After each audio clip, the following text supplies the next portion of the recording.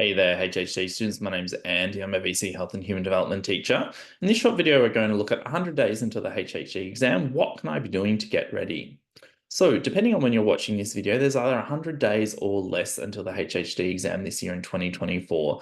And so, my recommendation to you is that you should start preparing early if you're keen to do well and achieve your best possible study score for HHD. I think future you will be grateful if you start to put into practice some of these habits, okay, earlier rather than later in the lead up to the HHD exam this year.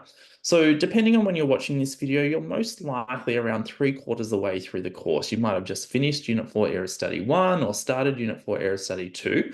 But that means that most practice exams, okay, that you have a look at, you should be able to complete around 3/4 of the questions. And so whether or not they're VCAR exams or company practice exams, you should be able to attempt, okay, around 3/4 of those. And that means that you can get some feedback on your responses and start to refine your structure, your notes, and your content knowledge so that you can be preparing for similar questions in the exam at the end of the year.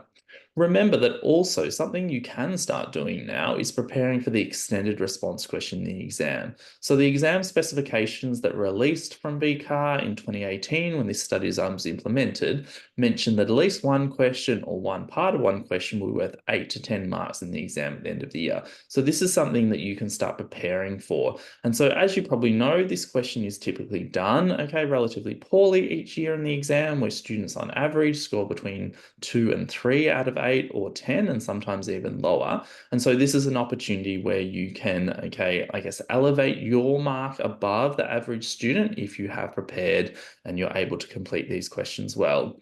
Health Resources Hub is actually running a session coming up on August 22nd, okay, from 5 till 6:15 on answering extended response questions and giving you some tips, okay, on how you can analyze sources, link them, practice planning and writing a response. So if this is something that you're wanting to work on and lead up to the exam this year, and even your Unit 4 SACs, if you've still got those to go, you can sign up to this session on August 22nd from 5 till 6:15. You can head to this link or head to the Health Resources Hub website where there's a link to sign up, and you'll receive some practice extended response questions and some sample answers, and also a PDF with lots of tips and advice on how to approach these types of questions.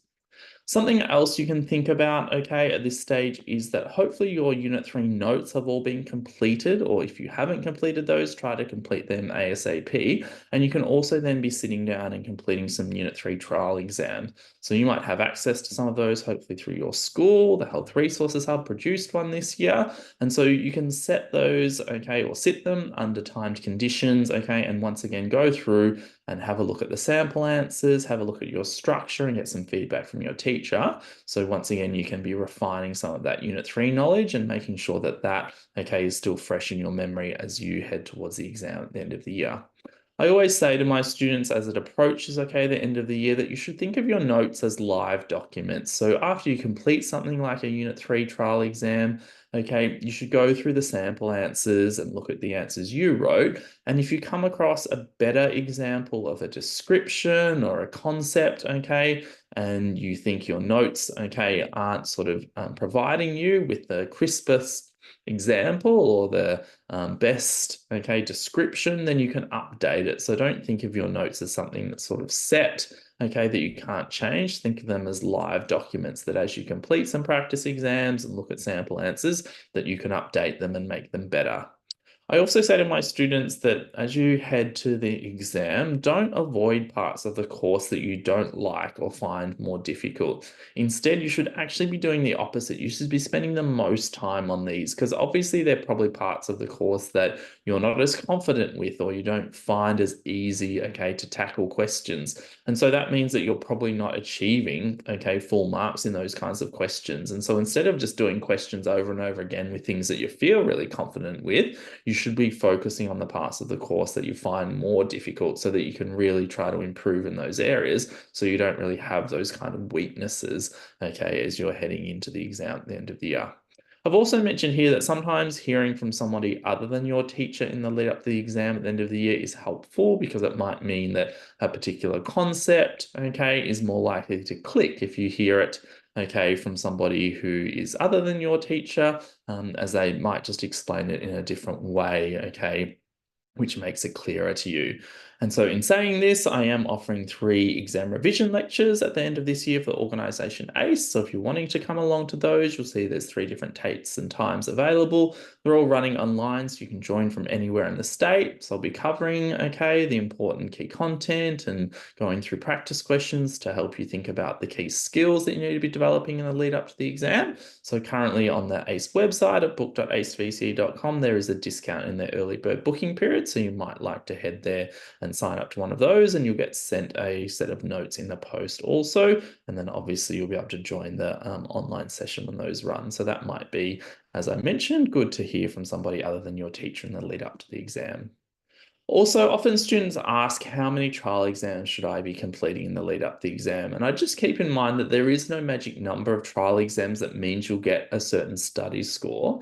However, I would also say that obviously the more questions you've completed as you lead up to the exam in trial exams, the more likely you're then to come across something similar in the exam. That means that you might know how to structure a response, or might know, if you've completed a number of questions that are similar, what that question is looking for, in the answer. So they can be very useful, but there is just no magic number of trial exams. I say sometimes to students as well, it's more what you do with the trial exams you do complete. So you should be sitting down and going through the sample answer guides, getting feedback from your teacher and thinking about what are the areas that I really need to work on so that the trial exams you do use or do are effective, in helping you to improve your responses.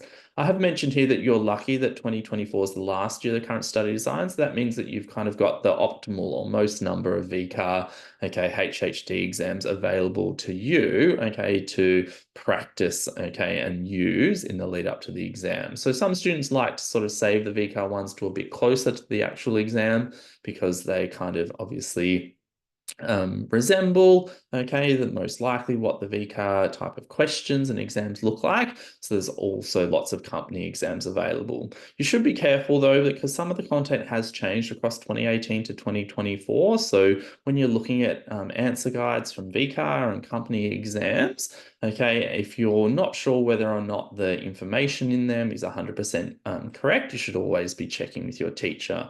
I've been involved across 2018 to 2024 with the ACE Health and Human Development Practice exams. So I think they're pretty high quality and quite good ones to use if you're looking for some company exams to complete in the lead up to the HHD exam at the end of the year. So you can talk to your teacher about getting access to those, hopefully. Hopefully you found this video useful. Just a reminder, there'll be new videos coming out each week in the lead up to the exam this year, and there's already over 180 videos on our YouTube channel, the Health Resources Hub, so you can subscribe with the button in the bottom corner of the video here, to make sure you get access to all of the alerts to new videos as they come out. Also got our website, the hrh.net.au, there's opportunities for students and teachers. And if you're a Unit 3 and 4 student, you can sign up to our free student newsletter that's still coming out twice a term. If you just scroll to the bottom of the page there on the website, you'll see there's a form to sign up. We've also got our social media links there if you'd like to follow us and get alerts to our videos and other opportunities, and also email if you'd like to get in touch. Thanks so much.